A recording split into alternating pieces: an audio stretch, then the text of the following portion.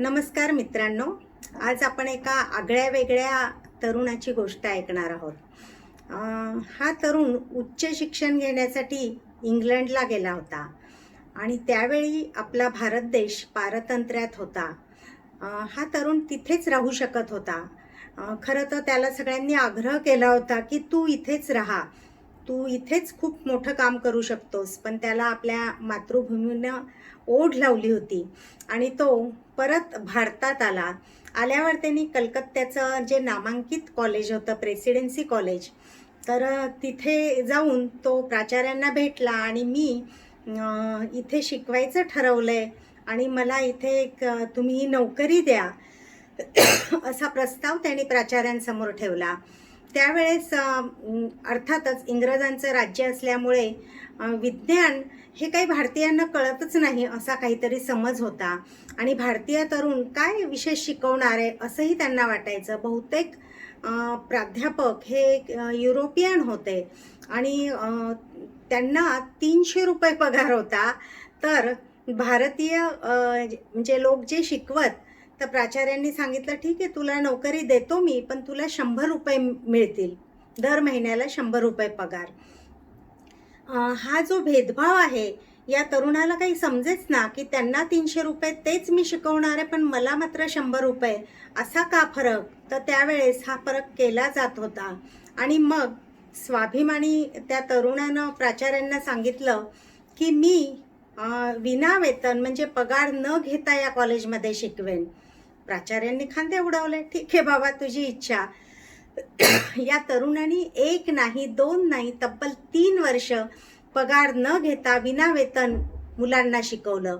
आणि असं काही शिकवलं की त्यावेळेस युरोपियन प्राध्यापकांसहित सगळ्यांनी तोंडात बोटं घातली, कारण त्याचं शिकवणंच तसं होतं, त्याची विज्ञानावरची पकड, प्रभुत्वच तसं होतं. आणि या तरुणाचं नाव जे आहे ते होतं डॉक्टर जगदीशचंद्र बोस. 3 वर्षानंतर प्राचार्यांना आणि एकूणच सगळ्यांना मान खाली घालावी लागली आणि त्यांना आपला पराभव, हार मान्य करावा लागला आणि त्यांनी ठरवलं की याचा पगार 300 रुपयाप्रमाणे आपण द्यायलाच हवा. आणि 3 वर्षांच्या थकबाजीसह तो पगार डॉक्टर जगदीशचंद्र बोस यांना देण्यात आला. जगदीशचंद्र बोस यांना म्हणजे महात्मा गांधींच्या सत्याग्रहाच्या आधीसुद्धा हा सत्याग्रह किंवा अहिंसेचं तत्त्व दाखवत काय आपलं म्हणणं खरं करण्यासाठी हे अस्त्र वापरलं होतं जगदीशचंद्र बोस यांनी, असं म्हटलं तरी चालेल. जगदीशचंद्र बोस हे नाव आपण कोणी ऐकलं नाही असं नाहीच आहे खरं तर, कारण वनस्पती सजीव असतात हे म्हणणारा पहिला माणूस हा भारतीय होता आणि त्यांनी विज्ञान जगतात खळबळ माजवून टाकली होती आणि आपलं म्हणणं सिद्धसुद्धा करून दाखवलं होतं. जीवशास्त्रज्ञ, भौतिकशास्त्रज्ञ, वनस्पतीशास्त्रज्ञ, पुरातत्ववेत्ता आणि बंगाली साहित्य म्हणजे बंगाली साहित्याचा तर जनक, बालसाहित्याचा असं आपण म्हणू. बंगाली ज्या काल्पनिक कथा होत्या, फिक्शन कथा होत्या, त्याही विशेषतः सायन्स फिक्शन कथा यांचा जनक म्हणजे जगदीशचंद्र बोस. जगदीशचंद्र बोस यांनी वनस्पतींबाबत जे संशोधन केलं त्याबद्दल त्यांना सर या किताबानं ब्रिटिश सरकारने गौरवलं आणि त्यांनी विद्युत लहरींवर सुद्धा संशोधन केलं होतं, ते सुद्धा जगाला ज्ञात आहे. 30 नोव्हेंबर 1858 या दिवशी बांगलादेशातल्या म्हणजे पूर्वीचं पूर्व बंगाल, ढाका जिल्ह्यातल्या राणी खल या छोट्याशा गावात जगदीशचंद्र बोस यांचा जन्म झाला. त्यांच्या वडिलांचं नाव भगवानचंद्र बसू असं होतं. भगवानचंद्र बसू हे ब्रिटिश म्हणजे सरकारी नोकरीत होते. ते सब डिव्हिजनल मॅजिस्ट्रेट म्हणून काम करत होते. ऑफिसर म्हणून, अधिकारी म्हणून ते खूप प्रामाणिक होते, पण त्यांचा सर्वत्र दबदबा सुद्धा होता. लोकांमध्ये ते खूप लोकप्रिय होते, लोकांना ते समजून घेत असत. एवढंच नाही तर अगदी काय म्हणतात ते अट्टल गुन्हेगार सुद्धा त्यांच्यासमोर चळचळा कापत आणि त्यांच्यात परिवर्तन घडवून आणण्याचं कसब सुद्धा जगदीशचंद्र बोस यांच्या वडिलांकडे होतं. म्हणजे गुन्हेगार सुद्धा आपला मार्ग बदलून पुन्हा साधं जीवन जगायला म्हणजे भाग पाडणं जे म्हणतात ते जगदीशचंद्र बोस यांच्या वडिलांकडे त्याचं सगळं श्रेय दिलं जातं. जगदीशचंद्र बोस जे आहेत, एकदा एक डाकू तुरुंगातून सुटला आणि तो म्हणाला भगवान चंद्र यांना की तुम्ही म्हणता सत्याच्या मार्गाने आता तू चल, तू आता त्या गुन्हेगारी मार्गाकडे वळू नकोस, पण असं कसं होणार? कारण मी गुन्हेगार आहे माहिती आहे, मी आधी डाकू होतो हे लोकांना माहिती आहे, त्यामुळे मला कोणी कामच देत नाही आणि मग मी जगू कसं, माझ्या मुलाबाळांचं पोट कसं भरू? त्यावेळेस भगवान चंद्र म्हणाले की ठीक आहे, तू माझ्याकडे काम कर. आता कुठलं काम त्याला द्यायचं? तर ते म्हणाले तू माझा जो मुलगा आहे जगदीश, त्याला तू शाळेत सोडायला जात जा आणि घेऊन यायला जात जा. डाकूला वाटलं हे काय काम आहे, हे तर खूप साधं काम आहे. आणि मग डाकू छोट्या जगदीशला घेऊन शाळेत बरोबर जायचा, शाळा सुटल्यावर घेऊन यायचा. जाताना आणि येताना छोटा जगदीश या डाकूला म्हणायचा काका काका मला एखादी गोष्ट सांगा ना. तो रस्ता कटण्यासाठी मग डाकू स्वतःच्या पराक्रमांच्या अनेक गोष्टी सांगायचा. एवढंच नाही तर तो रामायण महाभारताच्या पण गोष्टी सांगायच्या. तर या गोष्टीमध्ये महाभारतातला जो कर्ण होता तो जगदीशचंद्र बोस यांना खूप आवडला. आणि कर्णाची जी व्यक्तिरेखा होती, म्हणजे त्यांना असं वाटलं की पराक्रमाच्या या ज्या कथा आहेत यात कर्णाचं जे व्यक्तिमत्व आहे की खूप वेगळं आहे. म्हणजे खरं यश हे पराभवातूनच तावून सुलाखून निघतं असं जगदीशचंद्र बोसांना वाटलं. छोट्या जगदीशला बौद्ध गीतं, जातक कथा या सुद्धा खूप आवडायच्या. त्या काळी बंगाल प्रांतातलं बोस किंवा बसू हे खूप प्रतिष्ठित घराणं होतं.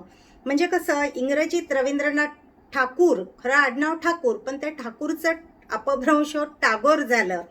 तसंच रॉय जे आहे, म्हणजे आपण सत्यजित राय नाव ऐकलंय, तर त्याचा अपभ्रंश रे झाला, सत्यजित रे म्हणतो आपण. तसंच जगदीशचंद्र बोस हे खरं आडनाव बसू होतं, तर ते बसू हे बोस झालं. आणि मग पुढे लोक जगदीशचंद्र बोस असंच म्हणून ओळखायला लागले. जगदीशला छोट्या लहानपणापासून खूप कुतूहल असायचं कुठल्याही गोष्टीत. म्हणजे का हा प्रश्न त्याचा ठरलेलाच असायचा की झाडाची पानं हिरवी का, या झाडाची पानं वेगळ्या रंगाची का, या पक्षाचा रंग असा का, त्या पक्षाची चोच तशी का, असे सगळे प्रश्न त्याच्या मनाला पडत. आणि भगवान चंद्र सुद्धा त्यांना जमतील तशी त्या प्रश्नांची उत्तरं सुद्धा द्यायची. भगवान चंद्रांनी एक गोष्ट केली होती, ती म्हणजे त्यांनी आपल्या मुलाला मातृभाषेतूनच शिक्षण मिळालं पाहिजे याचा आग्रह धरला आणि त्यांनी बंगाली माध्यमाच्या शाळेमध्येच त्याला घातलं. ती खरं तर त्यांना खूप मोठी सूट होती.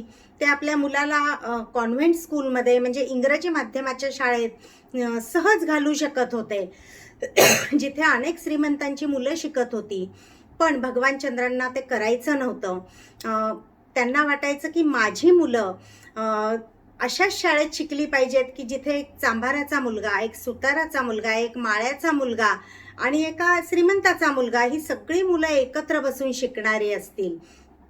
आणि त्याचा खूप चांगला परिणाम झाला, कारण हे सगळे त्याचे मित्र झाले जगदीशचे. आणि त्यामुळे लहानपणापासून हा गरीब, हा श्रीमंत, मी मोठा, हा छोटा, हा भेद त्यांच्या मनात कधीच निर्माण झाला नाही. उलट ही माळ्याची किंवा ही जी मुलं होती त्या प्रत्येकाकडून काही ना काही कौशल्य जगदीशनी म्हणजे शिकून घेतली. माळ्याच्या मुलाकडनं झाडांबद्दलची वेगवेगळ्या रोपट्यांची माहिती, वनस्पतींची माहिती त्याला कळत गेली.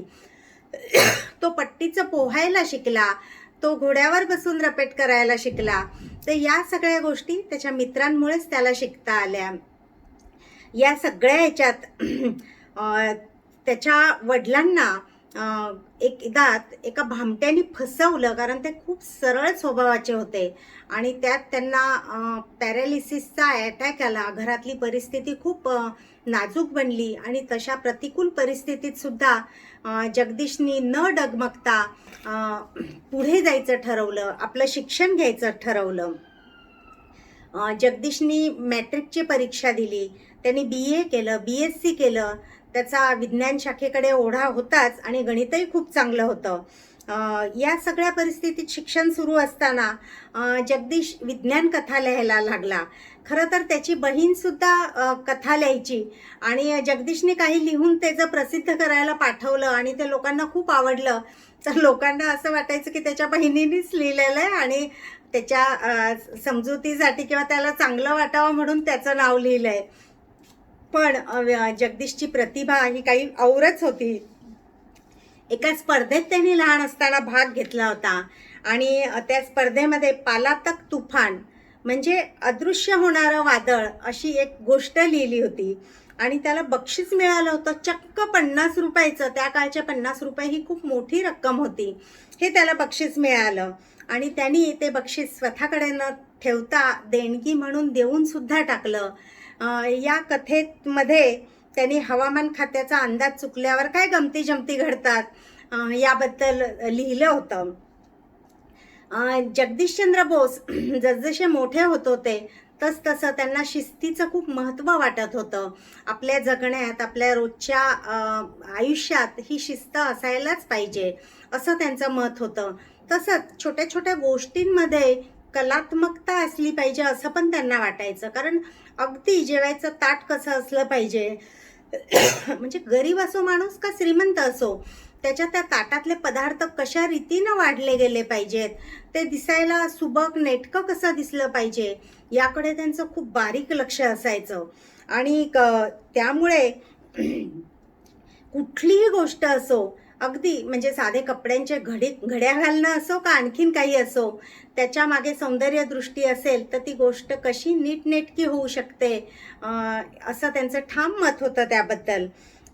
मित्रांमध्ये तर खूपच आवडते होते जगदीशचंद्र बोस, कारण त्यांच्याकडे भेदभाव हा नव्हताच आणि स्वभाव खूप छान होता. म्हणजे विनोदी स्वभाव होता जगदीशचंद्र बोस यांचा.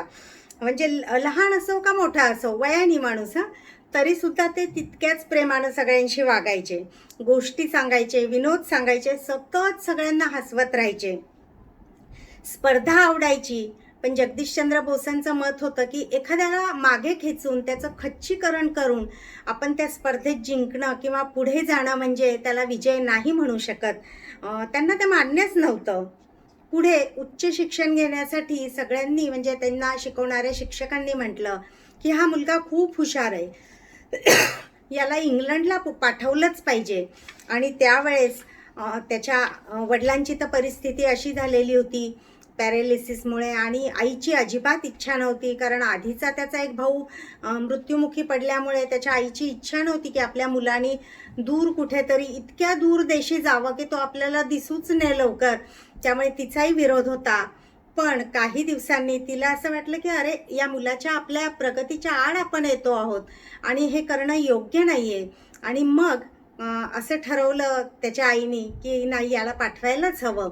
आणि मग तिने स्वतःचे दागिने विकले, कारण घरातली परिस्थिती आता चांगली राहिली नव्हती फारशी. आणि ते विकून तिने पैसे उभे करून जगदीशचंद्र बोस यांना इंग्लंडला पाठवलं आणि आग्रह केला की तू गेलंच पाहिजेस, तू इथला विचार करू नकोस. तिथे इंग्लंडला गेल्यावर सुद्धा जगदीशचंद्र बोस हे शिकत होतेच, पण त्याबरोबर ते वैज्ञानिक उपकरणं देखील तिथे करत होते. आणि तिथले सगळे वैज्ञानिक किंवा लोक म्हणजे चकित होऊन बघायचे की अरे, हा इथलीच साधनं घेतो आणि कसं काय हे सगळं बनवू शकतो. आणि गंमत म्हणजे जगदीशचंद्र बोस यांची संस्कृत भाषेवरची पकडसुद्धा खूप मोठी होती आणि ते या उपकरणांना संस्कृत भाषेतले नावं द्यायचे. आणि मग या ब्रिटिश लोकांना ती नावच उच्चारता यायची नाहीत आणि मग ते काहीतरी वेगळाच भलताच उच्चार करायचे आणि मग म्हणायचे, बाबा रे, तू याचं नाव साधं काहीतरी ठेव ना. आणि मग जगदीशचंद्र बोसांनी त्यांची फजिती होऊ नये या हेतूनं त्या उपकरणांची नावंसुद्धा खूप साधी साधी ठेवली.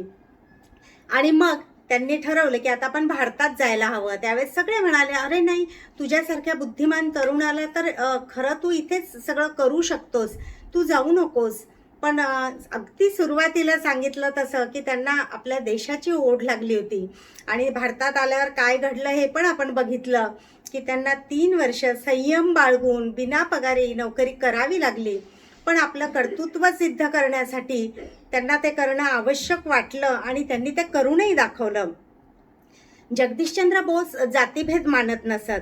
केवळ मानवता, केवळ माणुसकी यावरच त्यांचा विश्वास होता. आणि म्हणून लहानपणापासून सगळ्या जाती धर्माचे, सगळ्या स्तरातले त्यांचे मित्र होते. म्हणजे प्रसिद्धीच्या शिखरावर असताना सुद्धा त्यांनी कधीच म्हणजे आपल्या मित्रांसाठी वेळ नाही असं केलं नाही. तर ते आवर्जून आपल्या मित्रांना भेटायला जात.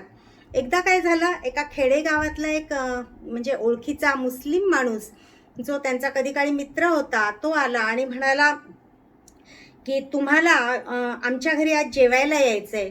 जगदीशचंद्र बोस यांनी ते निमंत्रण स्वीकारलं. ते म्हणाले, अरे काय म्हणजे निमित्त काय आहे, कशासाठी बोलवतोयस?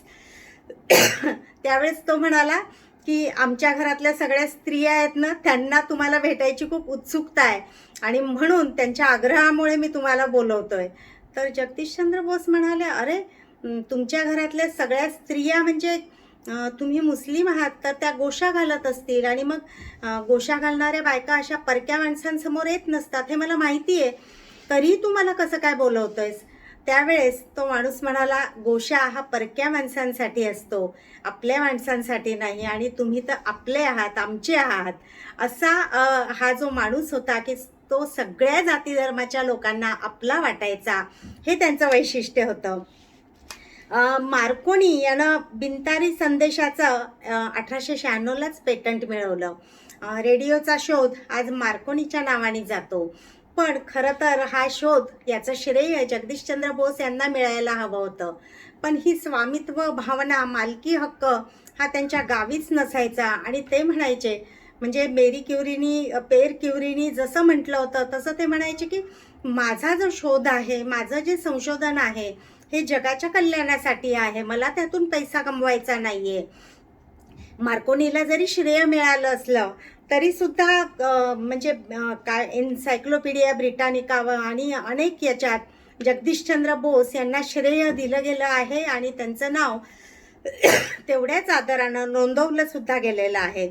हर्ट्ज, ऑलिव्हर लॉज आणि जगदीशचंद्र बोस यांच्या योगदानाचा त्यात उल्लेख सुद्धा आहे.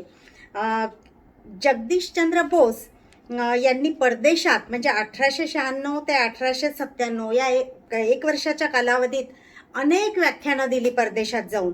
ते इंग्लंड आणि जर्मनीला सुद्धा गेले. आपल्या व्याख्यानांच्या वेळेस ते स्वतः प्रात्यक्षिक सुद्धा करून दाखवत, प्रयोगाद्वारेच ते सिद्ध गोष्ट करून दाखवत. आणि त्यांचं व्याख्यान कधीही असं पाल्हाळिक नसायचं, मुद्देसूद आणि जेवढा वेळ आहे त्याच वेळात त्यांनी ते बसवलेलं असायचं.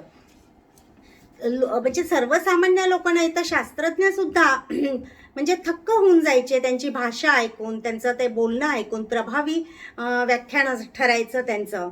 आणि मग त्यांना असं वाटायचं की आपण परदेशी काय कुठेही गेलो, कुठल्याही भागात गेलो तर तिथे अनेक प्रकारची लोक भेटतात आणि त्या लोकांपासून आपल्याला शिकायला सुद्धा मिळतं.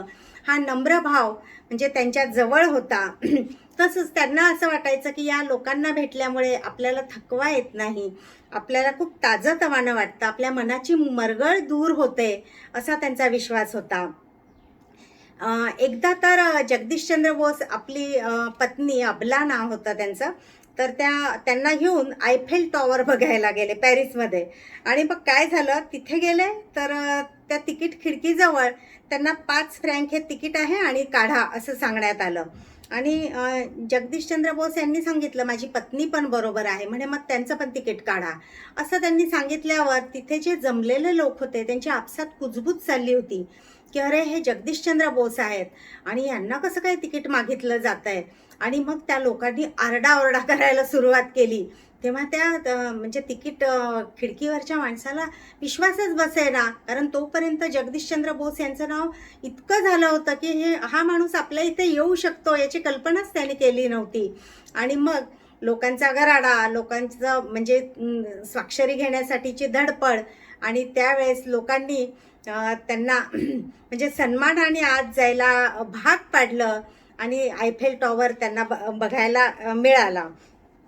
पण आधी मात्र त्या चाहत्यांशी आणि गर्दीशी जगदीशचंद्र बोस यांना सामना करावा लागला आणि मगच त्यांना आयफेल टॉवर बघता आला. एकदा तर काय झालं, परदेशात असताना पॅरिसच्याच वेळेस व्याख्यानाच्या वेळेस विवेकानंद हे सुद्धा त्यांना भेटले होते आणि त्यांनी जगदीशचंद्र बोस यांचं व्याख्यान ऐकलं होतं. त्यांनी भारत मातेचा सुपुत्र असं म्हणून जगदीशचंद्र बोस यांना गौरवलं. जगदीशचंद्र बोस यांना आपण एवढं का मानतो, तर वनस्पती सजीव आहेत हे त्यांनी सिद्ध कसं केलं असेल, आणि हे सगळं कुतूहलापोटी, प्रयोगापोटी, संशोधनापोटी याच्यातून त्यांनी सिद्ध केलं. त्यांनी जेव्हा म्हटलं की वनस्पती सजीव असतात आणि माणसाप्रमाणेच माणसावर कसा मादक द्रव्याचा म्हणजे दारूचा परिणाम होतो, विषाचा परिणाम होतो, तसाच तो वनस्पतींवर सुद्धा होतो असं त्यांचं म्हणणं होतं. आणि ते सिद्ध करण्यासाठी त्यांनी स्वतः म्हणजे असं नव्हतं त्यांचं की मी परदेशातच यंत्र तयार करू शकतो, भारतामध्ये काहीच सोयी नाही आहेत, मी करू शकत नाही, असं नाही. तर त्यांनी भारतात राहून सुद्धा हे वैज्ञानिक यंत्र उपकरणं तयार केली होती. त्यांनी ऑप्टिक लिव्हर नावाचं एक यंत्र तयार केलं होतं आणि ते ऑप्टिक लिव्हर या वनस्पतींचा परिणाम मोजायचं की त्या वनस्पतीवर काय परिणाम झालाय. तसंच वनस्पतींची वाढ कशी हळूहळू होते, तर त्या वाढीचं सुद्धा म्हणजे काय म्हणतात, वाढ मोजणारं एक उपकरण, त्याचं नाव क्रेस्कोग्राफ, हे सुद्धा जगदीशचंद्र बोस यांनी तयार केलं होतं. एकदा काय झालं, त्यांनी जेव्हा वनस्पती सजीव असतात हा आपला शोध मांडला जगासमोर, त्यावेळेस परदेशातले वैज्ञानिक त्यांची टिंगल करायला लागले, कारण भारतातल्या लोकांना येतच काय आणि विज्ञानातलं कळतं काय, असा त्यांना एक स्वतःबद्दलचा एक वेगळा फाजील विश्वास आणि भारतीयाबद्दलची तुच्छता होती. आणि त्यामुळे ते टिंगल करायला लागले आणि त्यांची टिंगल चालू असताना भारतीय लोकसुद्धा, त्यातले बुद्धिमान लोक सामील झाले आणि मग सगळेच जण म्हणायला लागले की काहीही बोलतो, वनस्पती कुठे सजीव असू शकतात का, त्यांच्यावर कुठे असे परिणाम होऊ शकतात का. आणि मग सरळ सरळ त्या परदेशी वैज्ञानिकांनी तर आव्हान दिलं आणि जगदीशचंद्र बोसांना म्हटलं की तुझं म्हणणं खरं असेल तर सगळ्या गर्दीसमोर, लोकांसमोर सिद्ध करून दाखव. त्यावेळेस जगदीशचंद्र बोस यांनी शांतपणे म्हटलं की हो, मी सिद्ध करून दाखवतो. दिवस ठरला, वेळ ठरली, हजारो लोक त्या ठिकाणी जमा झाले. त्यावेळेस हे जे परदेशी शास्त्रज्ञ होते त्यांनी म्हटलं की तू आम्हाला सिद्ध करून दाखव, वनस्पती तू घेऊन ये तुझी, पण विषाची जी पूड असेल, पावडर असेल, ती मात्र आम्ही घेऊन येणार, आमचा काही तुझ्यावर विश्वास नाही. जगदीशचंद्र बोस म्हणाले ठीक आहे. आणि मग ते शास्त्रज्ञ आले ठरलेल्या वेळी, लोक अशी वाट बघत होते आता काय घडणार. आणि मग एका कुंडीमध्ये एक वनस्पती लावलेली जी होती ती कुंडी यांनी आणली होती जगदीशचंद्र बोस यांनी. ते उभे होते, जे व्यासपीठ केलं होतं तिथे. त्या परदेशी शास्त्रज्ञांनी ती विषाची पूड जगदीशचंद्र बोस यांच्या हातात ठेवली आणि मग जगदीशचंद्र बोस यांनी ती वनस्पतीवर अशी शिंपडली. शिंपडल्यानंतर लोकांना वाटलं आता काय होतं बघूया. सगळे लोक श्वास असा धरून रोखून बघायला लागले. पण 5-10 मिनिट झाले तरी ती वनस्पती तशीच ताजी टवटवीत दिसत होती. आणि मग परदेशी ते वैज्ञानिक जे होते ते म्हणाले, कळालं का, लोकांना म्हणाले की हा कसा भामटा माणूस आहे, लबाड माणूस आहे आणि कसा फसवणूक करतोय, बघा या वनस्पतीला काही अरे वनस्पतीला कुठे जीव असू शकतो का, त्या सजीव असू शकतात का, काहीही बोलून तू आमची दिशाभूल करतोयस. आणि मग त्यांनी हसायला सुरुवात केली, त्याची टिंगल त्यांची करायला सुरुवात केली. आणि मग काय, एक गर्दीचं मानसशास्त्र असं असतं की जो जसं करेल तसं सगळे करायला लागतात. मग सगळेच लोक जोरजोरात हसायला लागले. अक्षरशः फक्त खालची दगडं फेकून मारायची शिल्लक ठेवली होती लोकांनी. कुठलाही माणूस अशा वेळेस घाबरून गेला असता, पळून गेला असता. पण जगदीशचंद्र बोस यांचा स्वतःवर जेवढा विश्वास होता त्यापेक्षा कितीतरी पट अधिक विज्ञानावर विश्वास होता. आणि ते तसेच शांत उभे राहिले आणि म्हणाले, जरा शांत व्हा.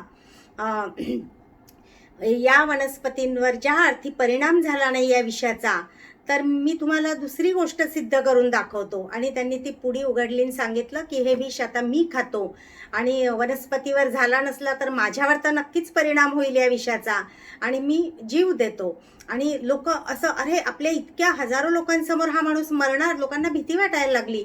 पण लोकांना काही कळायच्या आधी जगदीशचंद्र बोस यांनी ती राहिलेली जी भुकटी होती, पावडर होती विषाची, ती तोंडात टाकली. आता हा माणूस धाडकन कोसळणार म्हणून लोक खूप घाबरले.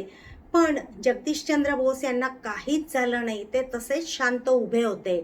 आणि मग जगदीशचंद्र बोस यांना तर कळलंच, पण सगळ्या लोकांना कळालं की त्या परदेशी वैज्ञानिकांनी त्या भुकटीच्या ऐवजी साखरेची पावडर आणली होती आणि त्यांचा उद्देश फक्त जगदीशचंद्र बोस यांची फजिती करण्याचा होता. त्यांची शरमेनं मान खाली गेली आणि ते परदेशी वैज्ञानिक तिथून काढता पाय घेऊन निघून गेले. आणि जगदीशचंद्र बोस यांनी तर अख्ख्या जगात हा आपला प्रयोग सिद्धच केला होता. आणि त्यांची म्हणजे त्यांना कोणीही खाली खेचू शकत नव्हतं असं स्थान त्यांनी निर्माण केलं होतं. त्यावेळेस ना जगदीशचंद्र बोस यांच्यावर वनस्पती सजीव आहेत याचे इतके विनोद प्रसिद्ध व्हायचे. दी ग्लोब नावाचं एक वर्तमानपत्र निघायचं इंग्लंडमधून आणि ते खूप प्रसिद्ध होतं. तर त्यावेळेस म्हणजे असं व्यंगचित्र किंवा असा विनोद यायचा, खूप वेगवेगळ्या प्रकारचे विनोद यायचे की एक ब्रिटिश माणूस आहे आणि मग त्याच्या पायावर इस्त्री पडली आहे. त्यावेळेस त्या इस्त्रीला इजा होईल म्हणून तो खूप काळजीपूर्वक त्या इस्त्रीला उचलायचा आणि तिची काळजी घ्यायचा, तिचे लाड करायचा. अशा रीतीचे विनोद जेव्हा प्रसिद्ध व्हायचे तेव्हा ते लोकांना पण खूप आवडायचे आणि लोक मागणी करायची की असे विनोद आम्हाला वारंवार छापत जा किंवा दाखवत जा म्हणून. जगदीशचंद्र बोस यांनी म्हणजे वैज्ञानिक कथांचा अव्यक्त नावाचा एक कथासंग्रह सुद्धा प्रसिद्ध केला होता आणि त्यांनी तो रवींद्रनाथ टागोर यांना भेट दिला. जगदीशचंद्र बोस यांनी रवींद्रनाथ टागोरांना असं म्हटलं होतं की तेजानं तळपणाऱ्या सूर्याला एका काजव्याकडून एक छोटीशी भेट. त्यावेळेस रवींद्रनाथ टागोर म्हणाले होते की अरे तू जर विज्ञानाच्या क्षेत्रात गेला नसतास तर तू सरस्वतीच्या प्रांगणात तिची सेवा करण्यासाठी राहिला असतास आणि तुझ्या हातून अनेक उत्तमोत्तम साहित्यकृती घडल्या असत्या. तर हे दोघांचं एकमेकांवरचं प्रेम, आदर या भावना होत्या. रवींद्रनाथ टागोरांना लिहिलेल्या एका पत्रात आपल्याला 100 वेळा जरी जन्म घ्यावा लागला तर आपण याच देशामध्ये, याच मातृभूमीत घेऊ, असं जगदीशचंद्र बोस यांनी म्हटलं होतं. मित्रांनो, रवींद्रनाथ टागोर यांची प्रतिभा, यांचं मोठेपण हे जगाला कळालं. ते कोणामुळे कळालं तर त्याचे कारण म्हणजे त्याचं कारण आणि काय म्हणू त्याची भूमिका, प्रमुख भूमिका जगदीशचंद्र बोस यांची होती.